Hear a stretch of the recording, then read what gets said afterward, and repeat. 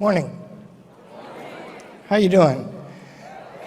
I thank CPAC for putting all this together. The place has transformed over the years. I'm an old man now, and I've seen this place forever, and I've never seen it thriving so much. Thank you all for being here. So I work in a college, so they've given me the job of talking about the roots of conservatism. And that's a big subject, but I can make it simple, I think. In college, we try to find out what words mean. That's the main job of a college. You ever ask yourself, what do we mean when we use the expression good? That's Socrates' question. That's what he asked that gave rise to Western philosophy. So what's conservatism? What are we conserving? The college campus where I work is not really racked by the politics of the day, but the Trump campaign has presented special challenges because there's obviously a lot of things that are really great about that guy, but we don't teach our students at Hillsdale College to act the way he does on all occasions. So they wondered, and I'll tell you what I thought about it. And I'm older than they are, so I thought this quicker than they did, by and large. Conservatism means conserving something.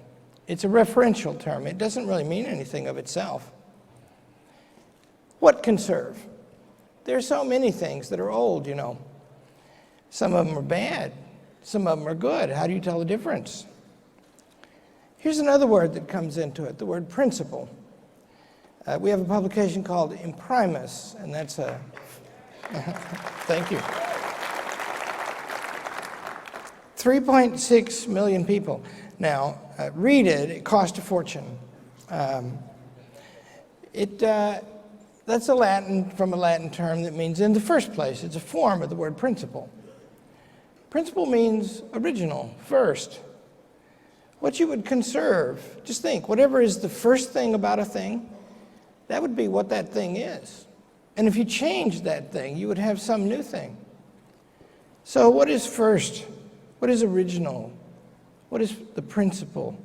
What would you conserve about America? I think you can't understand the importance of Trump and what one hopes he's going to do until he answers that question. America begins on a day. It's actually the only country, certainly the only great country, that you can find a birthday for it. And in this birthday, it states what the country is for in one of the most beautiful documents ever written. It says, it refers to the laws of nature and of nature's God. You know what those are? Could you name them?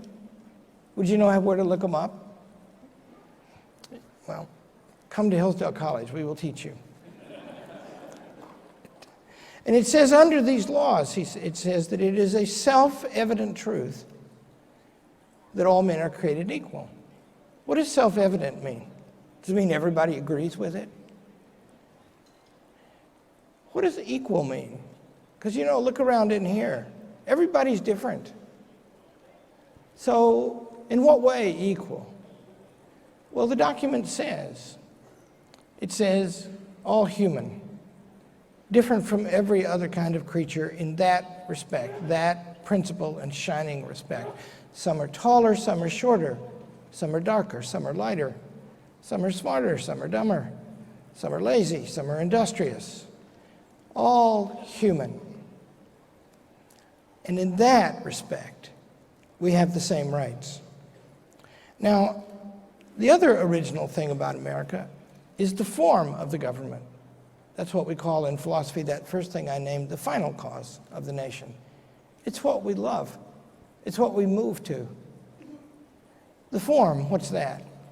That's how we work, what the government looks like. Go over there, it's not far from here, and look at the institutions of government, the original ones. They're all very beautiful, and there are three chief ones.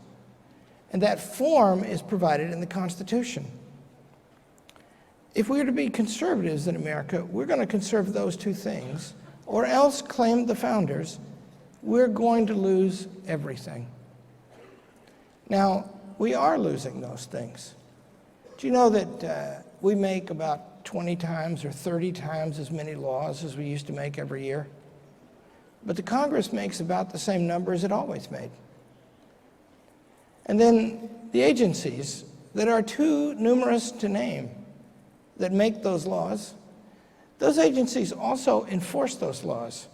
And if you violate or are accused of violating one of those laws, then when you go to trial, you are tried by somebody who's an employee of the same agency. In those agencies, there's no separation of powers. I hesitate to even say it. You know, if you do win or lose in front of this agency, Hillsdale College in the 80s went before the Department of Health, Education, and Welfare to get them to leave us the daylights alone. And we won, and then in front of the judge. And the next day, the Secretary of Education, Joseph Califano, overturned the decision, and only then could we go to the regular courts. Along with Grove City College, we were with them then. And you see what that means? That means a year was wasted. And then the regular courts have a doctrine that they will pay great credence to. They will be very reluctant to overturn the chief findings of these administrative courts.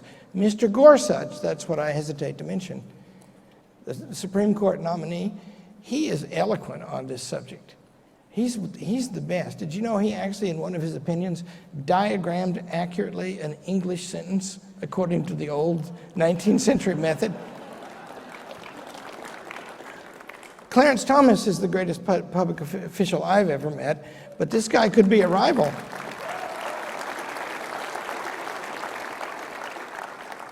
So now, if those are the things, and they are threatened indeed, half the economy in what's supposed to be a free society is now passes through the hands of government at some level or another. More than half if you count the regulatory cost. Now, if you think that's a crisis, and I do, then what I'm trying to conserve and also restore is those original arrangements, the best in human history. Of course, not perfect, done by human beings, but perfect in principle. If you think all that, if you get up in the morning and you've studied that all your life, as I happen to have done, and you look at what's going, you walk around the National Mall, and you see there all kinds of ugly buildings, and the things going on in them are not constitutional, which is an excellent guide, by the way. If you see that, and then you see somebody running for president, and even if he talks about himself too much, if he's fearless in saying that he's going to cut back that vast hedge that has come and overcome so much of our country, and if he does that fearlessly and is not afraid of political correctness, I think that guy's a conservative.